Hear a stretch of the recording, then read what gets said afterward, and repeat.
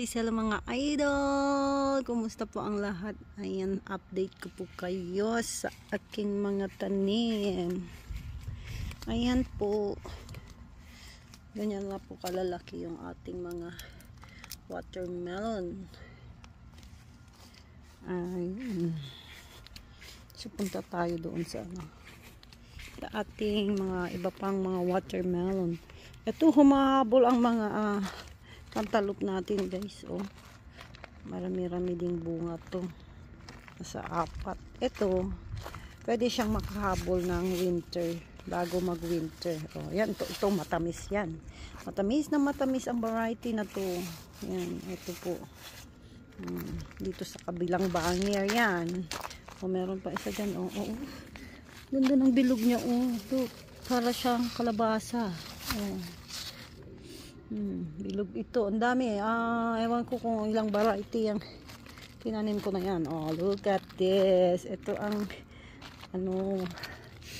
ating watermelon dito sa malapit sa ating pump. At meron dito, ewan ko, wala na to. Hindi na siguro makahabol to kasi magse-September na. Ayan ko lang siyang lumago. Look. Ayan o, 2 piraso ang ibinunga ng aking watermelon dito sa batuhan. Ayan. Ito may humahabol din. Pero ewan ko lang kung makahabol pa yan. Na dito. May iba pa dyan. Look.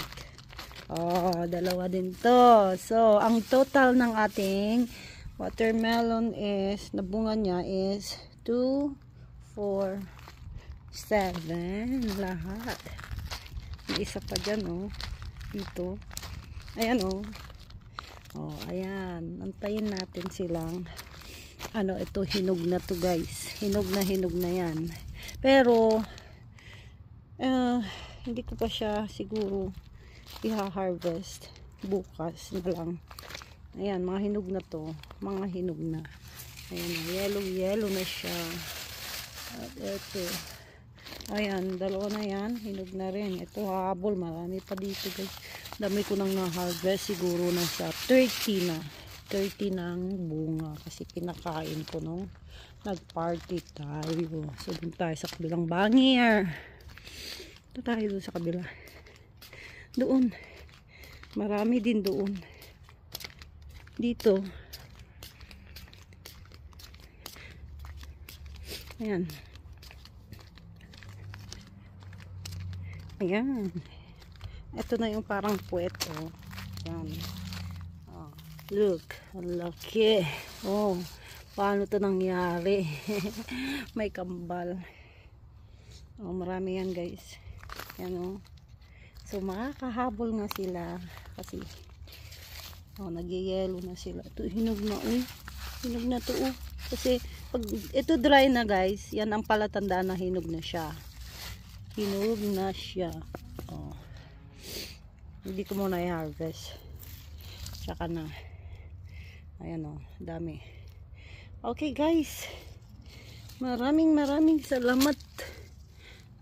Wag po kayong magsawang manood sa ating mga vlogs. Ayan, itong kamatis ko, hahabol sila bago mag winter. Ayan. Ay, marami namang ma-harvest. Ka-harvest ko lang nung nakaraan kasi nandito yung isang friend natin na Mexican. Uy, ang aking ampalaya may bunga na pala. Oh, ayun oh. Hindi man lumalaki, ano ba yan? At ang ating mga kamatis. May isa, nag-iisa lang ang laki-laki mo. Oh, hindi, marami pala. Hindi siya nakarami ng bunga. Aantayin natin. Medyo maglamig, doon sila magbubum.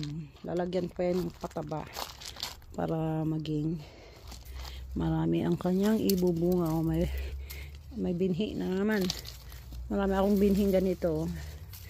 So, magtatanim tayo next year. Ulo. Bunga na naman siya guys. Oh, ang dami oh.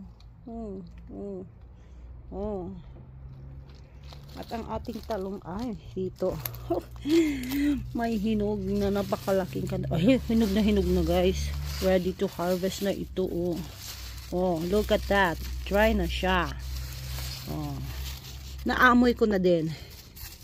I-harvest ko na to. Oh, look. Dry na siya. Naamoy ko na eh. Yeah. Pero, tsaka na. Oh, ang daming bunga. Oh, look. Kami pang habol pang mga yan. Oh, yan.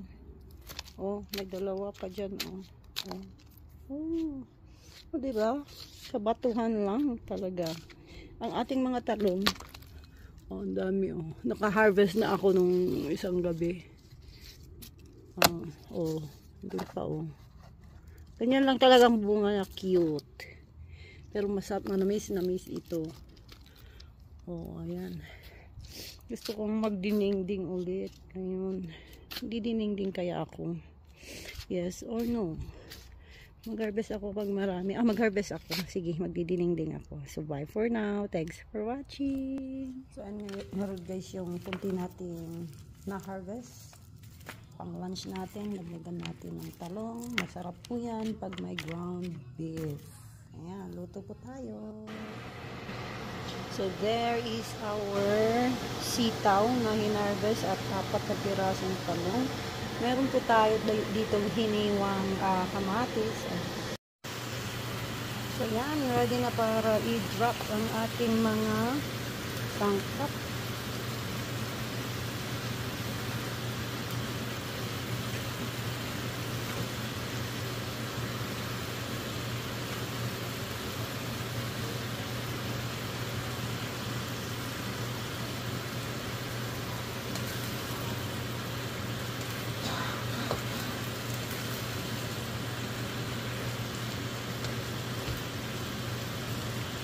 Takpan.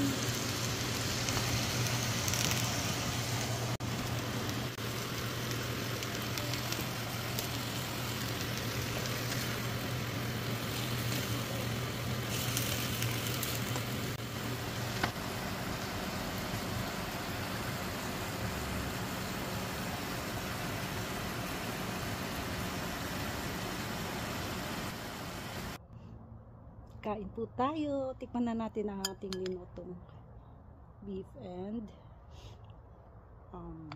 string beans fresh from my garden.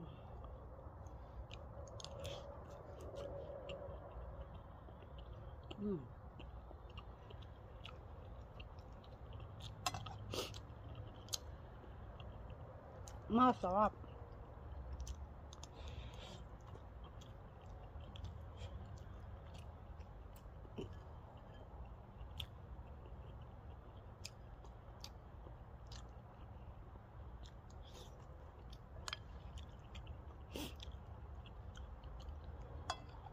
Kahit nga lang kamatis at saka onion, pwede na sa ating beef. Nakapagsalap. Bagay na bagay sa ating beef.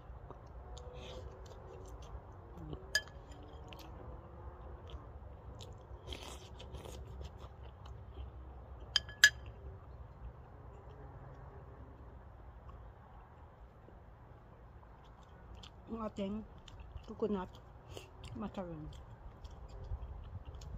Sarap. Lagi na lang akong sinisipon. Perfect.